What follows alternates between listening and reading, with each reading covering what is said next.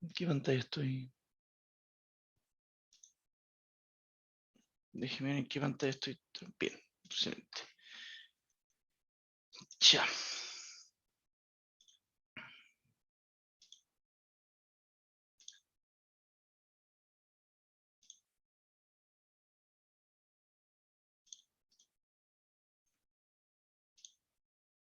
Déjenme ver, hay gente que creo que está en waiting room.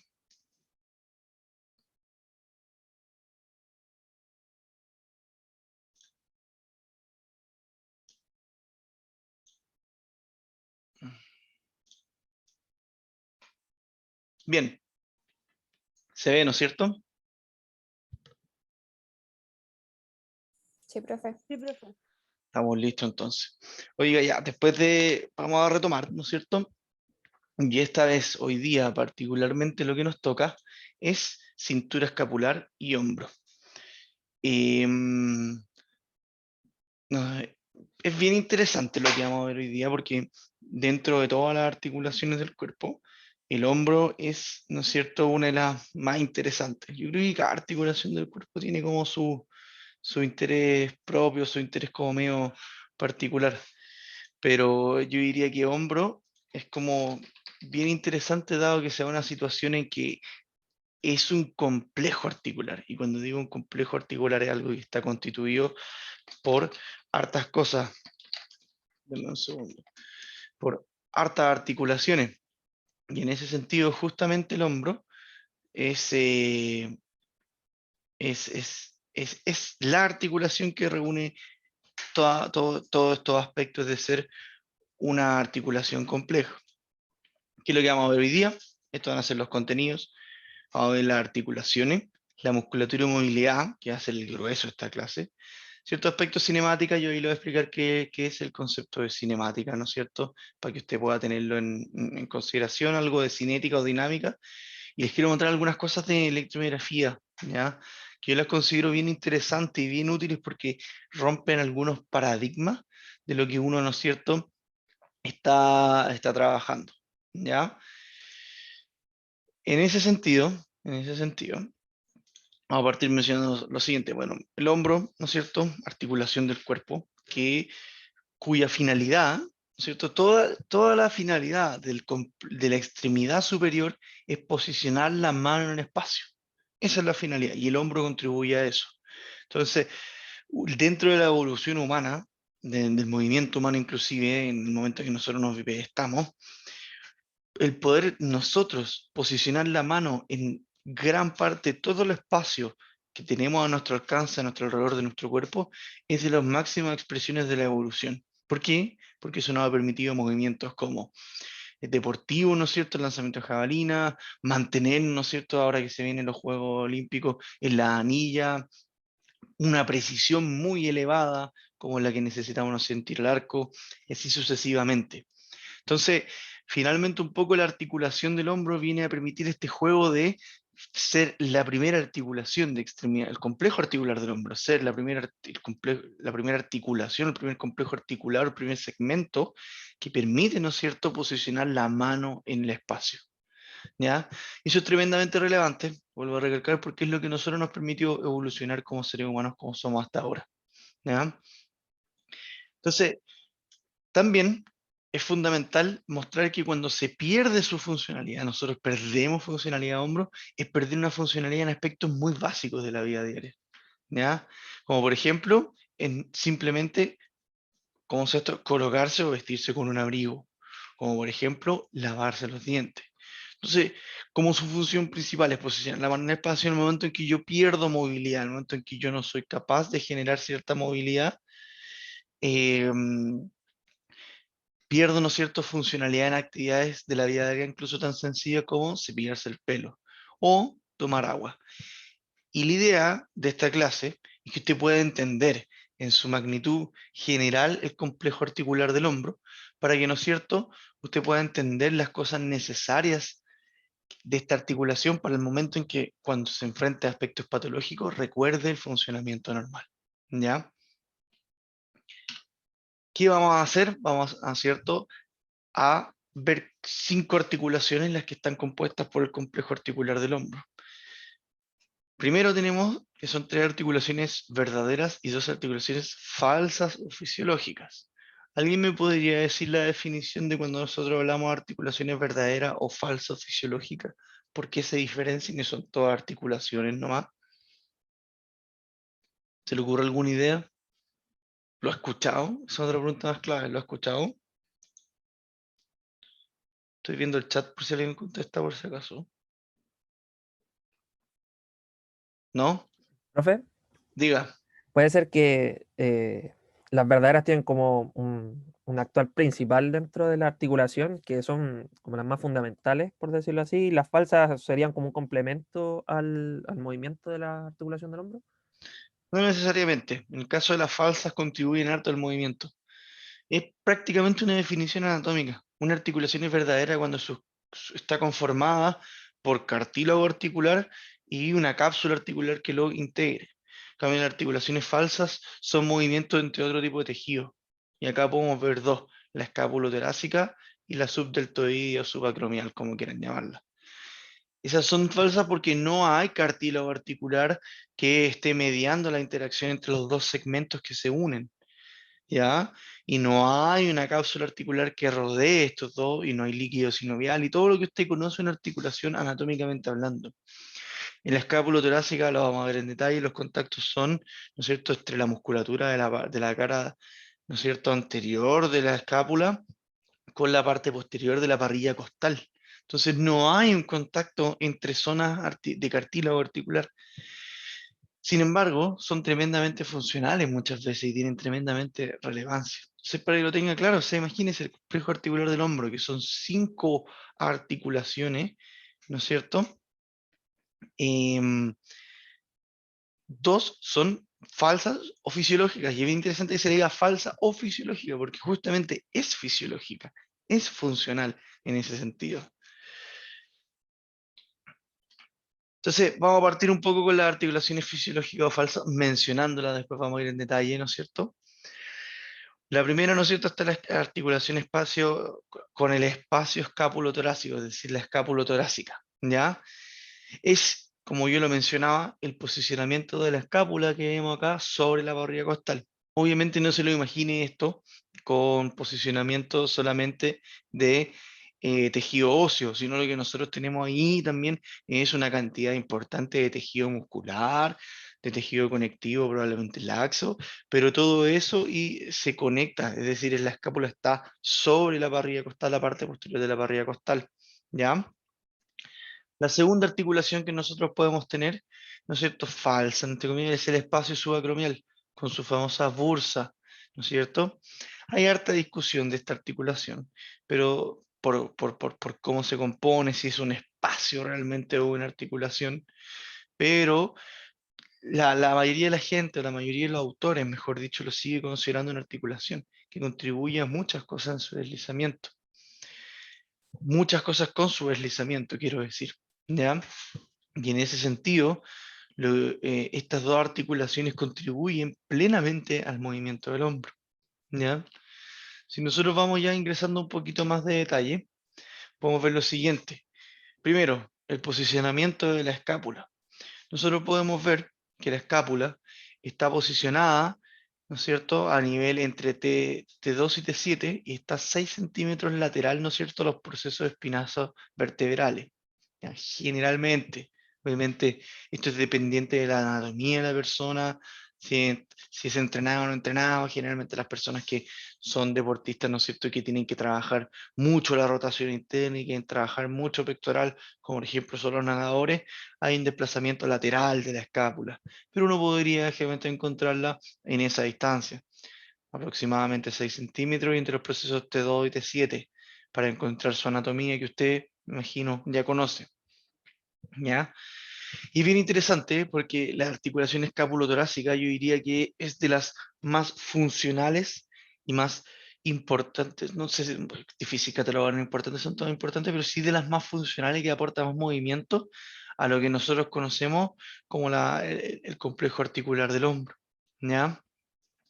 Siempre recuerden, ¿no es cierto?, la escápula con su ángulo inferior, ¿no es cierto?, So, acá está el proceso espinoso, que después termina, proceso espinoso, perdón, la espina de la acromion, que pasa perdón, ahí está la acromion, quiero decir, ¿no es cierto? Que tenemos, ¿no es cierto?, la parte infraespinosa, de acá del proceso espinoso, la parte supraespinosa, la fosa subescapular, que al final son zonas donde se inserta la musculatura importante de esta anatomía, de este hueso, ¿ya? Entonces, ¿qué es lo interesante de la escápula, o perdón, de la articulación escapulotorácica? Es, ¿no es cierto?, sus movimientos. El primer movimiento que tiene es la rotación, ¿ya? En la rotación ascendente y descendente. La escápula rota, ¿ya? Hay un movimiento que le voy a explicar ahí que se llama la elevación, pero que está mediado un poco por la articulación esternoclavicular, pero la escápula, ¿no es cierto?, lo que tiene es un movimiento de rotación ascendente y descendente, ¿ya? Rota. Entonces se le llamaba rotación externa, rotación interna, pero es rotación ascendente y descendente, que es así. Y está mediada principalmente esta rotación, a pesar de que es un movimiento propio de las articulaciones escapulotorácicas, está muy influenciada por lo que es la articulación acromioclavicular, ¿no es cierto?, y lo que es la articulación externoclavicular. En ese sentido, quiero destacar que el hombro, o el complejo articular del hombro, actúa bien como grupo, por decirlo así, ¿ya?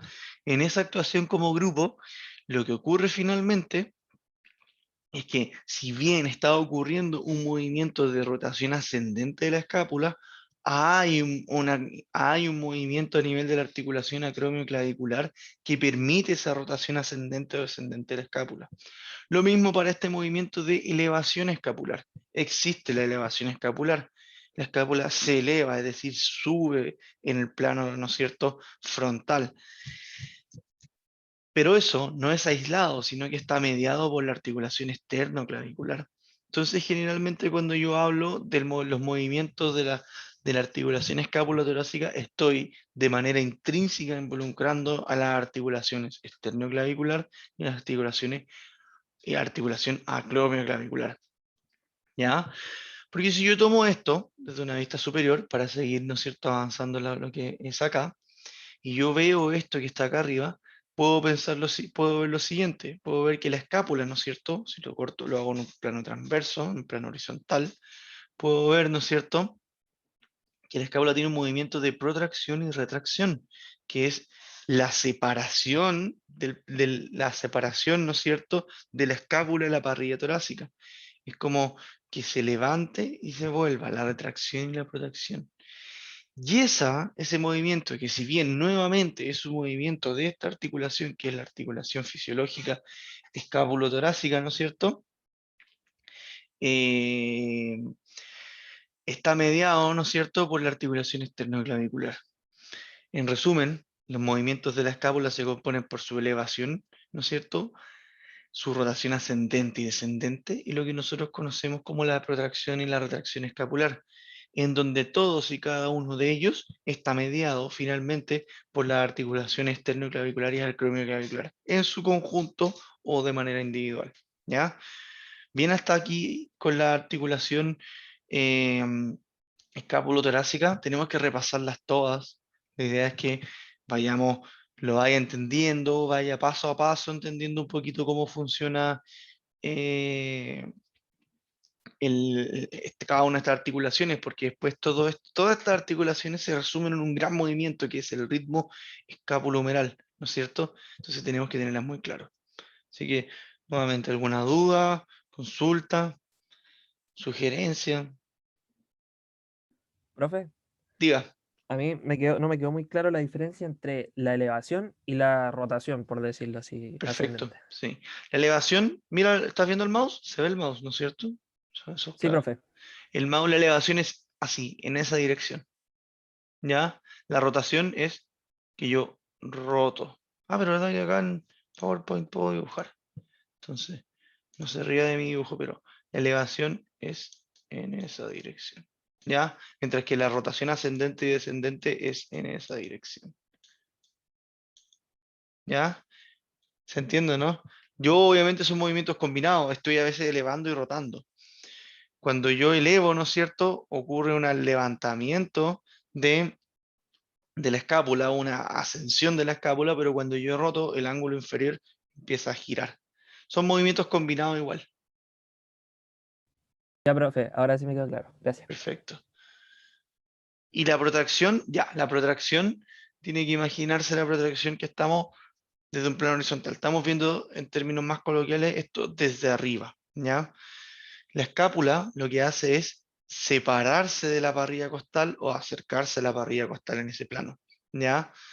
No estoy ni rodando en nada, sino que yo, si veo, estoy desde arriba, imagínense, la escápula como que se separa, ¿ya? O puede volver a acercarse a la parrilla costal. ¿Lo entiende más ahora, Melanie y Carolina? Ya, genial. Claro, esos movimientos. Déjeme, déjeme sacar esto acá, que no sé cómo lo saco.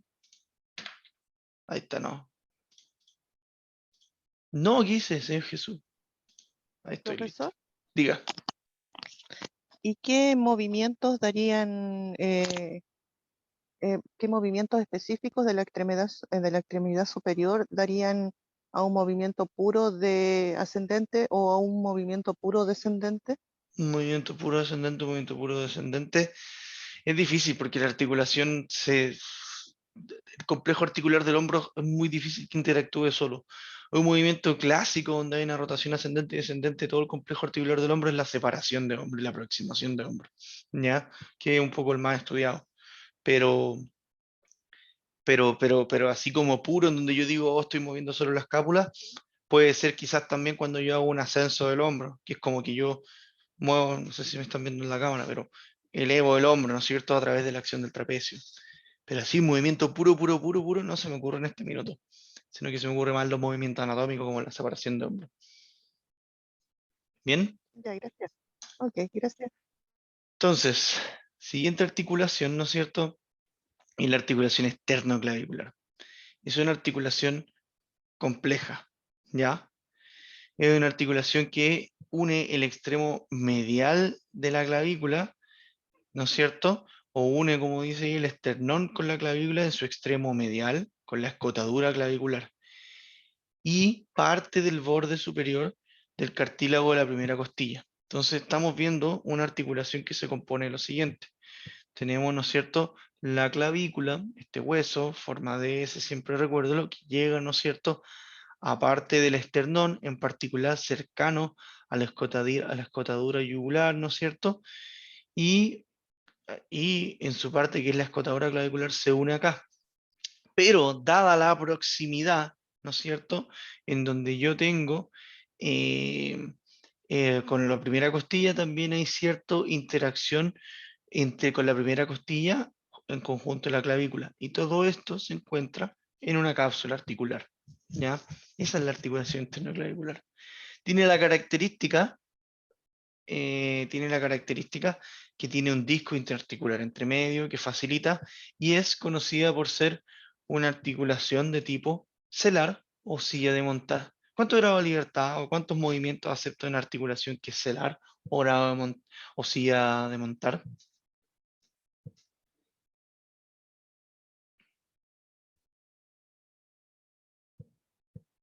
Correcto, 2. ¿Ya? Lo tengo en consideración como dice su compañero Bolívar por el chat. 2. ¿Ya? Entonces tienen que empezar a tomar referencia a la anatomía de lo que estamos viendo para que lo empiecen a entender. Nos vamos a fijar en la A, ¿no es cierto?, en la imagen que está hacia la izquierda. Si nosotros revisamos la imagen que está hacia la izquierda, vemos, ¿no es cierto?, vemos, ¿no es cierto?, la escotadura, ¿no es cierto?, clavicular, la misma clavícula, y vemos que tiene una cara convexa y cóncava, y acá tiene una cara que es cóncava y convexa, invertido a lo que es la clavícula, lo que le hace que monte muy bien como una silla de montar y permita justamente dos movimientos, ¿ya? Entonces, eso es lo que se dice en términos anatómicos, que la escotadura en esternón es recíproca. ¿Qué quiere decir que es recíproca? Que si la clavícula en su cara articular es convexa y cóncava en un eje, al ser recíproca, la escotadura en esternón es cóncava y convexa y en los ejes invertidos, ¿ya? Lo otro interesante es que esta articulación posee un fibrocartílago articular, intraarticular, que, como todo fibrocartílago, da congruencia a la superficie, estabilidad articular y evita el contacto óseo, ¿ya? Evita el contacto óseo.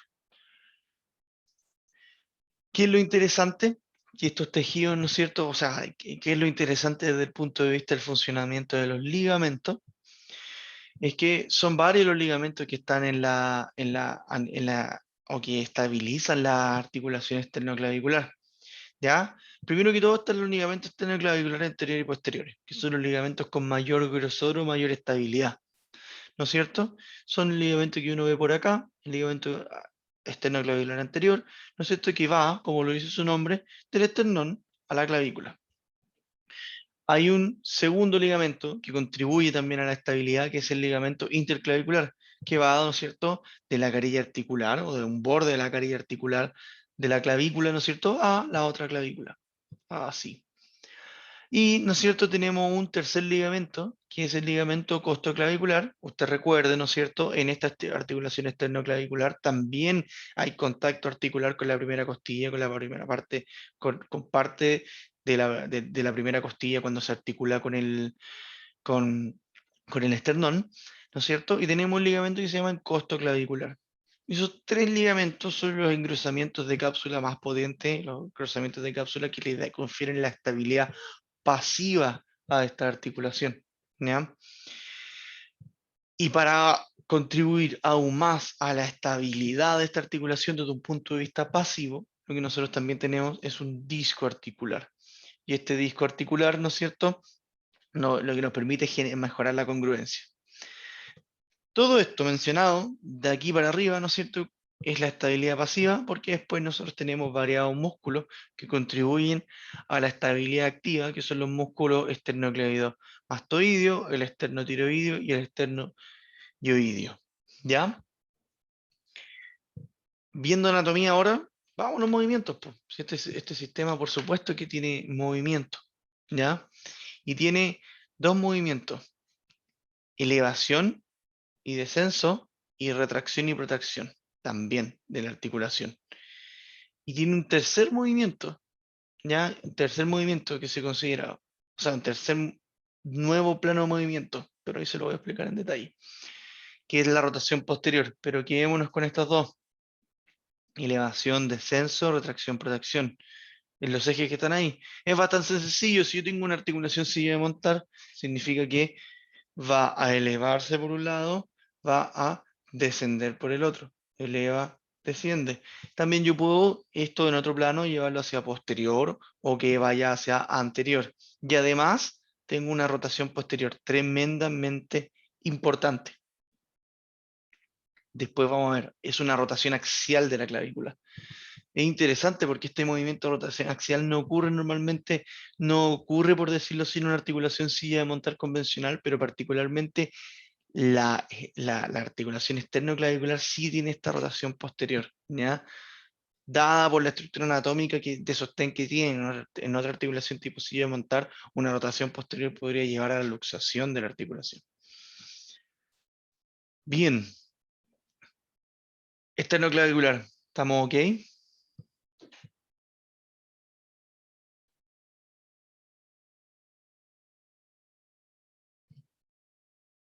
¿Sí? Vamos, Profe, diga. que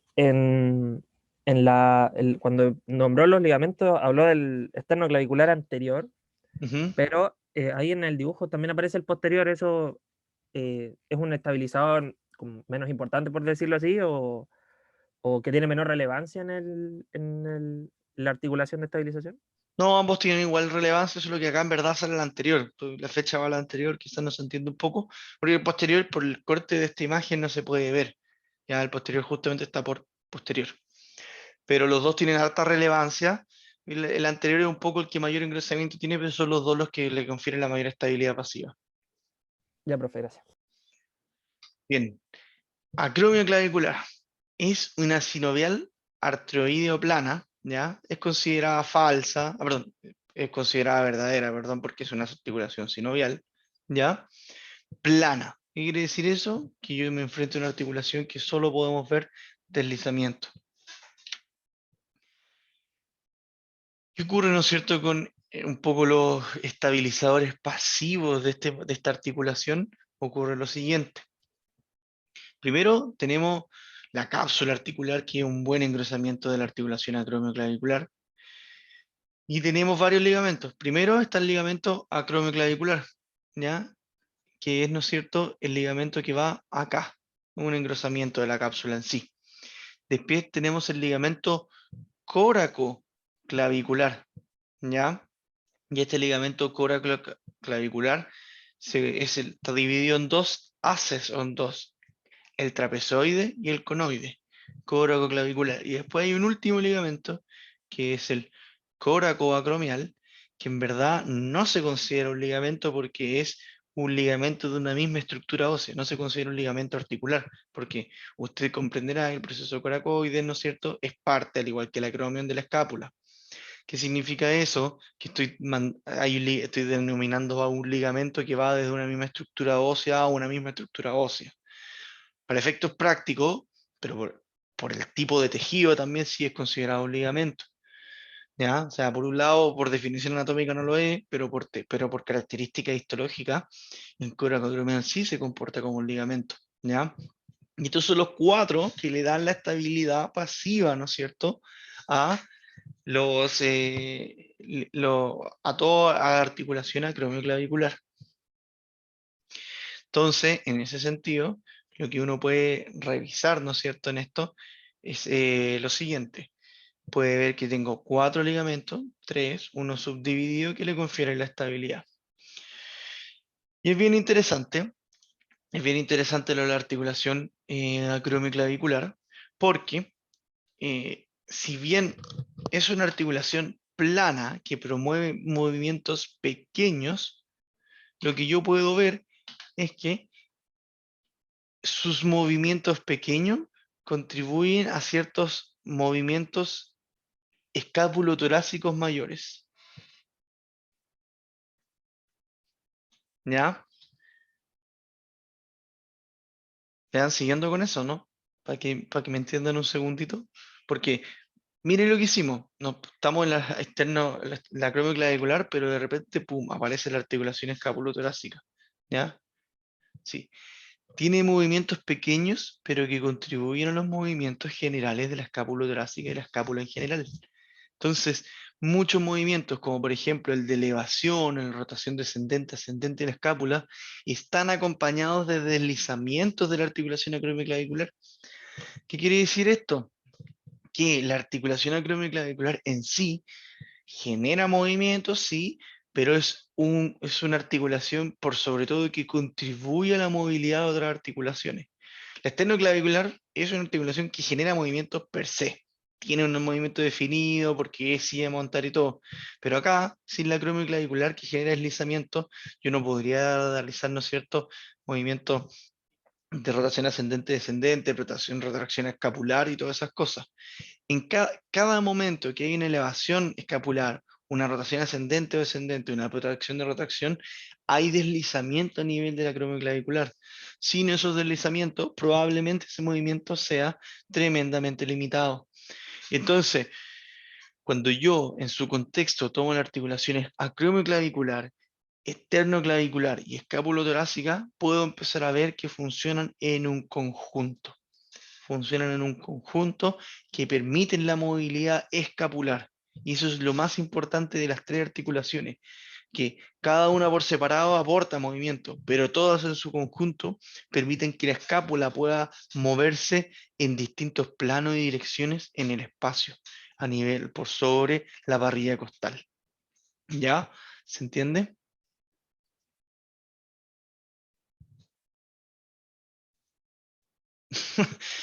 Me costó entender su talla. Podríamos, no, yo le diría que no, no es la número 10. ¿Cuál podría ser la número 10? No, yo diría que juega de 6, porque la escapulotorácica es la 10, y es la que hay. Van a ver que la escapulotorácica es la 10. Pero, pero claro, contribuye a todos los movimientos. Y para resumir, porque después me toca la articulación glenohumeral, pero vamos a hacer el break, porque me interesa que tomemos de lleno esa articulación. Quédese con eso. Tanto la acromioclavicular como la esternoclavicular y la escápulo-torácica, su función final es permitir la mayor movilidad posible de la escápula en los distintos planos de movimiento. ¿Ya? ¿Alguna duda por ahora? Porque ahora viene la glenohumeral y es mejor pasar de lleno a la glenohumeral. ¿Sí? ¿No?